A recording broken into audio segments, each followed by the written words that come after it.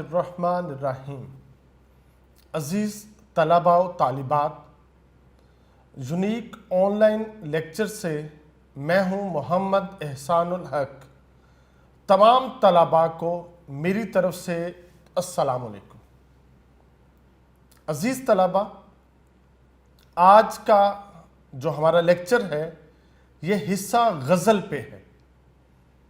غزل میں جو ہمارے دوسرے شاعر ہیں شیخ غلام حمدانی مصحفی، آج ہم ان کی غزل نمبر 1 پہلی غزل اس کو پڑھیں گے۔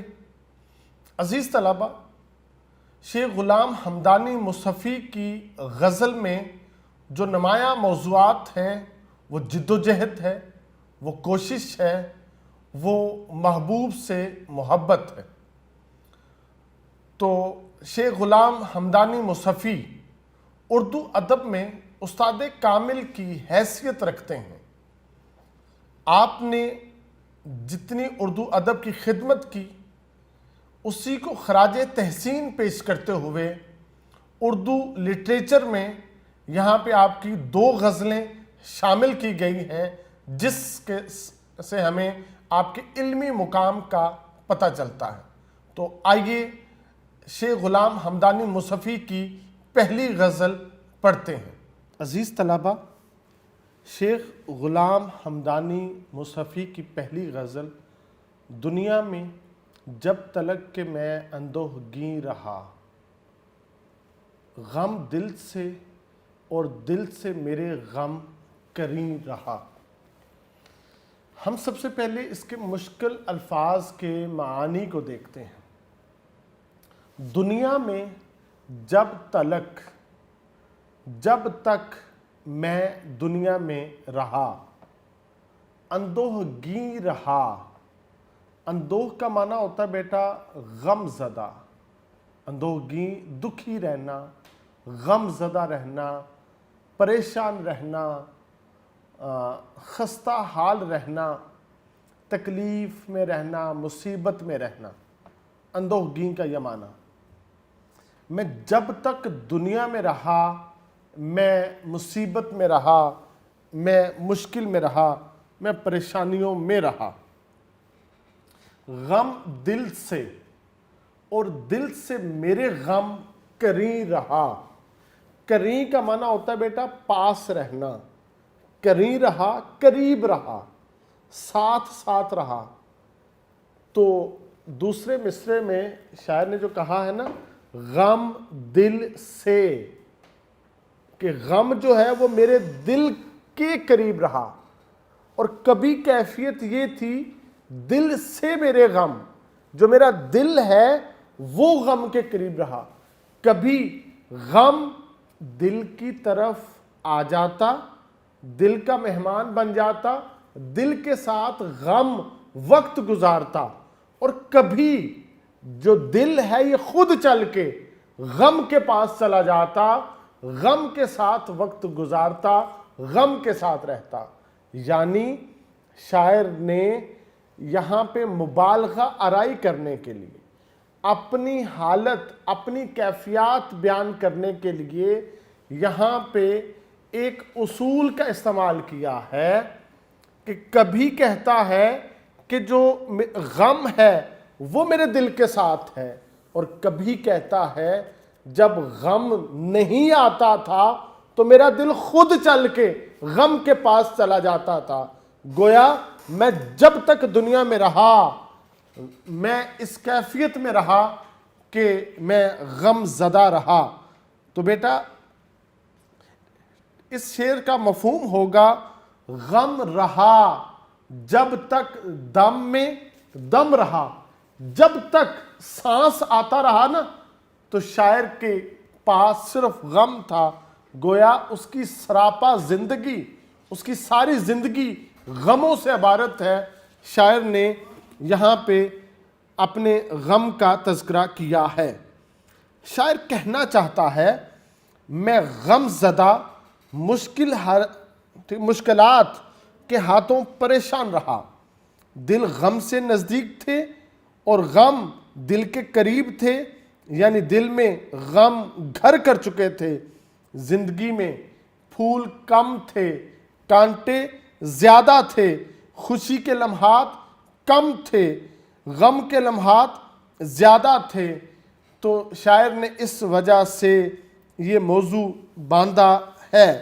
بجلیاں ہیں، زلزلے ہیں، قحط ہیں، آلام ہیں.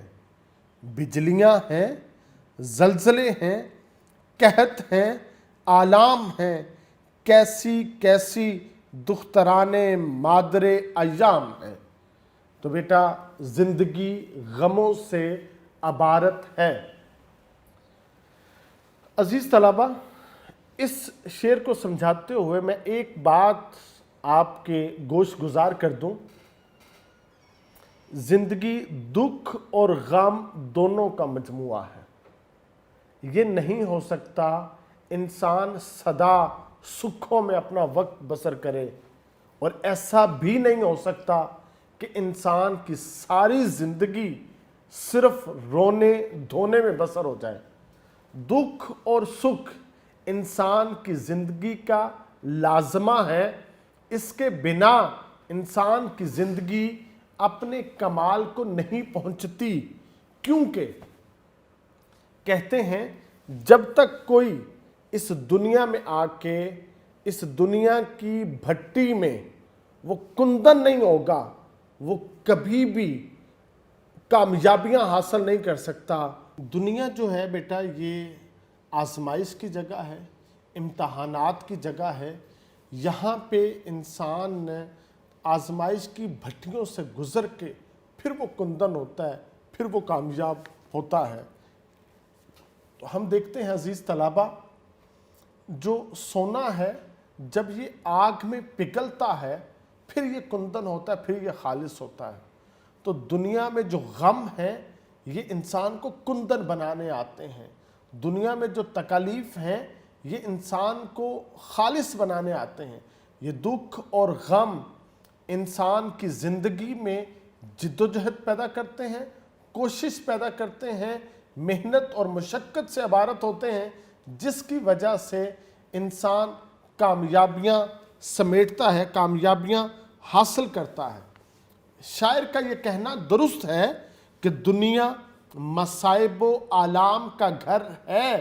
یہاں پہ آپ کسی بھی بڑے انسان کی جو نا وہ سوانح حیات دیکھ لیں، وہ جو مصائب و آلام سے عبارت ہے. یہاں تک کہ نبی پاک علیہ الصلوۃ والسلام کی زندگی، آپ حبیب خدا ہیں، روز اول سے لے کے آخری دم تک آپ کی زندگی مصائب و آلام سے عبارت تھی. جب پیدا ہوتے ہیں اس کے کچھ عرصے کے بعد آپ کی والدہ محترمہ کا وصال ہو جاتا ہے. پھر اس کے بعد آپ کے دادا جان کا وصال ہو جاتا ہے. آہستہ آہستہ آپ کی عمر پروان چڑھتی ہے، آپ اعلان نبوت کرتے ہیں. پھر جن مشکلات کو سامنا کرنا پڑتا ہے، یہاں تک کہ ہجرت مدینہ کرنا پڑتی ہے، اپنے شہر کو چھوڑنا پڑتا ہے. وہاں پر بھی کفار آرام سے نہیں بیٹھتے، غزوات میں اترنا پڑتا ہے. تو عزیز طلبہ، بتانے کا مقصد ہے جتنے بڑے لوگ ہیں یہ سارے کے سارے ان دکھوں سے گزر کے، ان تکالیف سے گزر کے، ان مصائب و آلام سے گزر کے وہ کندن ہوئے اور انہوں نے اس کائنات کو تسخیر کیا. اللہ رب العزت نے انسان کے ذمہ جو تسخیر کائنات رکھا ہے، جو مقصد زندگی رکھا ہے، اس تک پہنچنے کے لیے یہ مصائب و آلام ایک درس کی حیثیت رکھتے ہیں، ایک سبق کی حیثیت رکھتے ہیں، ایک نصیحت کی حیثیت رکھتے ہیں، اور یہ انسان کو آگے کی طرف جو ہے نا وہ بڑھا دیتے ہیں. تو گویا یہ تو غم کا، دکھ کا ایک پہلو ہے. اس کا دوسرا پہلو ہے جو خصوصاً عارفوں پہ آتا ہے، جو خصوصاً عاشقوں پہ آتا ہے. تو کیا ہے؟ یہ جب اپنے محبوب سے جدا ہوتے ہیں، جب انہیں اپنے محبوب کا چہرہ دکھائی نہیں دیتا، یہ ہجر میں ہوتے ہیں، یہ فراق میں ہوتے ہیں، تو تو یہ تکلیف دہ مرحلے جو ہیں ان کو طے کرتے ہیں، جس کی وجہ سے شاعر نے یہاں پہ اس کیفیت کا تذکرہ کیا ہے۔ اشک آنکھوں میں کب نہیں آتا، اشک آنکھوں میں کب نہیں آتا، لہو آتا ہے جب نہیں آتا۔ تو بیٹا جو عاشق ہیں ان کی آنکھوں میں آنسو تو تب تھمتے ہیں جب ان کی آنکھوں سے پانی ختم ہوتا ہے اور آنسوؤں کا سیلاب جو ہے وہ جاری ہو جاتا ہے۔ لہٰذا جو عاشقوں کی زندگی ہے وہ زیادہ کٹھن، زیادہ مشکل، زیادہ تکلیف سے عبارت ہے۔ اس وجہ سے شاعر نے کہا ہے غم رہا جب تک دم میں دم رہا۔ تو عزیز طلبہ، یہاں پہ مصنف کا موقف یہ ہے، ہمیں غم تو زندگی بھر ملتے رہے مگر دنیا کے اس غم کدے میں ہمیں کوئی غم گسار یا غم خار دوست نہیں ملا۔ اگر بھری دنیا میں ہمارے غموں کو کوئی دوست ملتا، ہمارے غموں کو کوئی رفیق ملتا، تو وہ صرف اور صرف ہمارا دل ہے۔ یہی حال ہمارے دل کا بھی ہے، اسے بھی کوئی آشنا یا ہمدرد نہ ملتا، چونکہ غم اور دل کو کوئی دوست نہیں ملا، اس لیے غم اور دل نے ایک دوسرے سے دوستی بنا لی ہے۔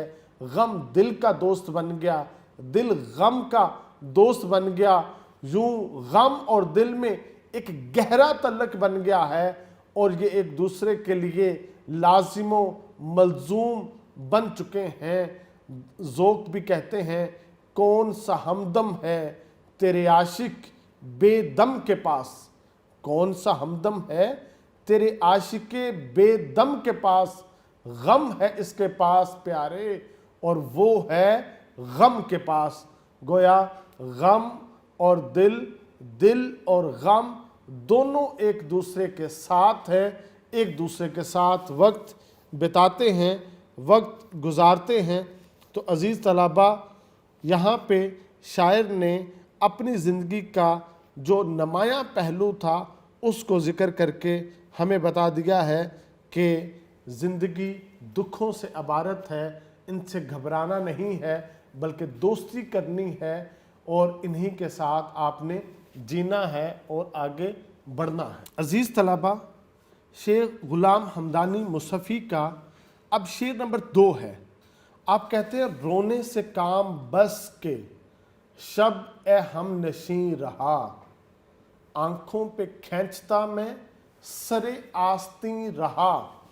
تو عزیز طلبہ، سب سے پہلے ہم اس کے مشکل الفاظ کے معنی دیکھتے ہیں۔ رونے سے کام بس، اتنے کا بیٹا معنی ہے کہ بس صرف ایک کام ہے مجھے رونے کا۔ شب رات کو کہتے ہیں کہ شب، اے ہم نشین، اے اسم اشارہ ہے، یہ اشارہ کر رہا ہے شاعر اپنے ہم نشین کی طرف۔ ہم نشین کہتے ہیں جو پاس بیٹھا ہو، جو سامنے بیٹھا ہو، جو دوست ہے نا، جو رازدار ہے، وہ ہم نشین ہے۔ تو شاعر کہتا ہے اے ہم نشین، اے میرے پاس بیٹھنے والے، میں نے ساری رات، شب رات، میں نے ساری رات صرف ایک کام کیا ہے اور وہ رونے کا کام کیا۔ میں ساری رات روتا رہا ہوں، آنکھوں پہ کھینچتا میں سرے آستین رہا۔ بیٹا آستین کہتے ہیں بازو کو، آستین کہتے ہیں بازو کو۔ سرے آستین جو بازو کا کنارہ ہے نا، اس کو کہتے ہیں سرے۔ اب اس کا معنی ہوگا، سرے کا معنی ہوگا کف۔ بازو کا وہ سرا جو ہاتھ کے پاس ہوتا ہے نا، اس کو کہتے ہیں کف، جس کے اوپر بٹن لگا ہوتا ہے، آپ یہ بٹن بند کرتے ہیں تو کہتے ہیں جو میرا سرے آستین ہے، جو یہ کف ہے، میں آنکھوں پہ کھینچتا رہا ہوں۔ میں آنکھوں پہ کیوں کھینچتا رہا ہوں اس کف کو؟ کیونکہ میں ساری رات روتا رہا ہوں اور اس کف کے ساتھ میں اپنے آنسو پونچھتا رہا ہوں، آنکھوں سے آنسو جو ہے یہ صاف کرتا رہا ہوں۔ گویا شاعر نے ہمیں یہاں پہ بتایا ہے کہ میں ساری رات روتا رہا ہوں اور آنسوؤں کو اپنے کف کے ساتھ کیا ہے، اپنی آستین کے ساتھ خشک کرتا رہا ہوں۔ شاعر نے ساری رات میں دو کام کیے بیٹا، ایک کام اس نے رونے کا کیا اور دوسرا کام اس نے آنسو پونچھنے کا کیا، جو وہ اپنی آستین کے ساتھ وہ پونچھتا رہا ہے۔ تو عزیز طلبہ، یہاں پہ جو بات سامنے آتی ہے وہ یہ بڑی خوبصورت یہ موضوع ہے، آنکھ دل کی رفیق ہے۔ آنکھ کس کی دوست ہے؟ دل کی دوست ہے۔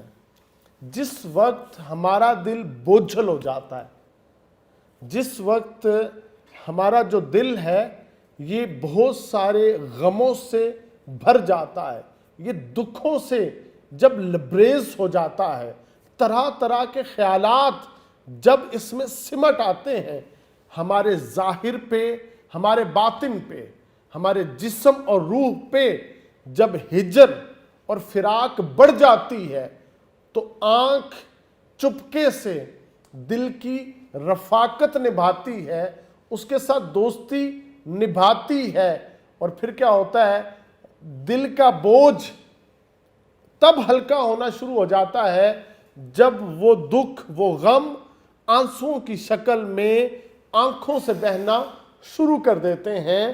تو شاعر نے یہاں پہ کہا ہے میں ساری رات روتا رہا، گویا اس کے دل کے بوجھ اتنے بڑھ گئے تھے، اس کے دل کا بوجھل پن اتنا زیادہ ہو گیا تھا کہ اس کے ضبط کے بندھن ٹوٹ گئے، آنکھوں کی رفاقت کا اسے سہارا لینا پڑا، اور وہ سارے غم، وہ دل کے بوجھ، وہ جو بوجھل دل تھا وہ آنکھوں کے راستے، آنسوؤں کے راستے جب بہہ گیا، پھر غبار دل کچھ تھم گیا، کچھ دل کو قرار نصیب ہو گیا۔ عزیز طلبہ، فراق گورکھپوری کا بھی کہنا ہے کٹتے کٹتے کٹتی ہے، کٹتے کٹتے کٹتی ہے ہجر کی گھٹتی بڑھتی رات۔ جو ہجر کی رات ہوتی ہے یہ تو نہ جانے کب کٹتی ہے۔ ایک اور شاعر نے کہا ہے آنسوؤ شام کی پلکوں پہ لرزتے رہنا، آنسوؤ شام کی پلکوں پہ لرزتے رہنا، ڈوب جائے جو یہ منظر تو برستے رہنا۔ یہ جو آنسو ہوتے ہیں تو یہ دل کے ساتھ اپنی محبت، اپنی وابستگی، اپنی رفاقت نبھاتے ہیں اور یہ آنکھوں کے راستے بہتے چلے جاتے ہیں۔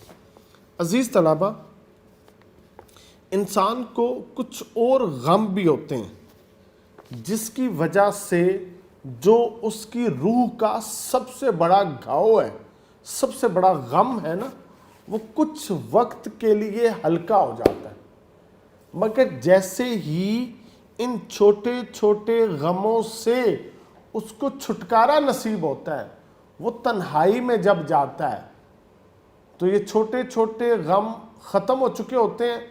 اب جو اس کی ذات کا سب سے بڑا گھاؤ ہے وہ فوراً اس کی ذات پہ غالب آتا ہے، انسان کا وجود مغلوب ہوتا ہے، ہجر غالب آتا ہے، عاشق کا وجود مغلوب ہوتا ہے، فراق یاد محبوب غالب آتی ہے اور وہ وجود ننھا منا سا وہ مغلوب ہو جاتا ہے۔ جب ہجر سر چڑھ کے بولتا ہے اور فراق جب اس کو جکڑ لیتا ہے تو دل کا بوجھ زیادہ ہو جاتا ہے، جس کی وجہ سے وہ ساری رات عاشق یاد محبوب میں بسر کرتا ہے، وہ ہجر اور فراق میں بسر کرتا ہے، جس کی وجہ سے دل جو ہے وہ آنکھوں کی رفاقت لینے پہ مجبور ہوتا ہے اور وہ رو کے اس کے ساتھ آنکھوں کے ساتھ اپنے آنسوؤں کو بہا کے اپنے دل کا بوجھ ہلکا کر لیتا ہے۔ دن کے وقت تو انسان کو غم روزگار کو دیکھنا ہوتا ہے، غم دنیا کو دیکھنا ہوتا ہے اور چھوٹے چھوٹے غموں کو دیکھنا ہوتا ہے، مگر رات کے وقت تنہائی ہوتی ہے، عاشق اکیلا ہوتا ہے، انسان تنہا ہوتا ہے، اب اس کا سب سے بڑا گھاؤ ابھر کے اس کے سامنے آ جاتا ہے۔ جب ایسی کیفیت ہوتی ہے تو شاعر کہتا ہے میری روح کی حقیقت میرے آنسوؤں سے پوچھو، میری روح کی حقیقت میرے آنسوؤں سے پوچھو، میرا مجلسی تبسم میرا ترجمہ نہیں ہے۔ تو یہ جو مجلس کے اندر جو ہنستے مسکراتے چہرے نظر آتے ہیں، یہ انسان کی حقیقت نہیں ہوتی۔ جب وہ تنہائی میں اترتے ہیں، اکیلے ہوتے ہیں، وہاں پہ اس کی جو اصل زندگی ہے وہ ابھر کے سامنے آ جاتی ہے۔ ایک اور بات بیٹا اس میں بڑی اہم ہے، وہ یہ دن جو ہے وہ تو جیسے تیسے گزر جاتا ہے، ایک عاشق کی جو رات ہے نا یہ نہیں گزرتی۔ رات گزارنے کا آسان طریقہ عاشقوں کے لیے وہ یہ ہوتا ہے، یہ یاد محبوب کی جو چادر ہے نا اس کو تان لیتے ہیں۔ جب یاد محبوب کی یہ چادر تان لیتے ہیں تو پھر کیا کرتے ہیں، یہ محبوب سے جو ہے نا وہ گفتگو کرتے ہیں، یا یوں سمجھ لیں یہ یاد محبوب کی جو گٹھڑی ہے نا تنہائی میں اس کو کھول لیتے ہیں۔ اس گٹھڑی کے اندر سے ایک ایک دو دو خوبصورت یاد جو ہے وہ محبوب کی نکالتے چلے جاتے ہیں اور ان کا وقت گزرتا چلا جاتا ہے۔ لیکن جیسے ہی یاد محبوب میں اضافہ ہوتا ہے تو اس وقت ان کا دل بوجھل ہوتا ہے۔ پھر اپنے حواس کو قائم رکھنے کے لیے یہ اپنی آنکھوں سے آنسوؤں کی جھڑی لگاتے ہیں، آنسوؤں کے رستے وہ ساری یادیں ہلکی ہو جاتی ہیں، جس کی وجہ سے جو ہے ان کا وقت جو ہے پھر آسانی سے گزر جاتا ہے۔ ہم رونے پہ آ جائیں تو دریا ہی بہا دیں، ہم رونے پہ آ جائیں تو دریا ہی بہا دیں، شبنم کی طرح ہمیں رونا نہیں آتا۔ جو شاعر نے یہاں پہ کہا ہے نا میں ساری رات روتا رہا، کہ بہت زیادہ روتا رہا، اور اپنے کف کے ساتھ میں اپنے آنسو پونچھتا رہا، وہ کہتا ہے میں روتا ہوں تو دریا کی طرح روتا ہوں، شبنم کی طرح رونا جو ہے یہ مجھے نہیں آتا۔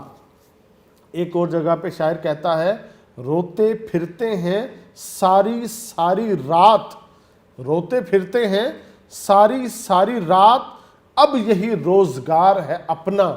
اپنا تو بس اب ایک ہی کام ہے کہ ہم یاد محبوب میں ساری رات رو کے بسر کر دیتے ہیں۔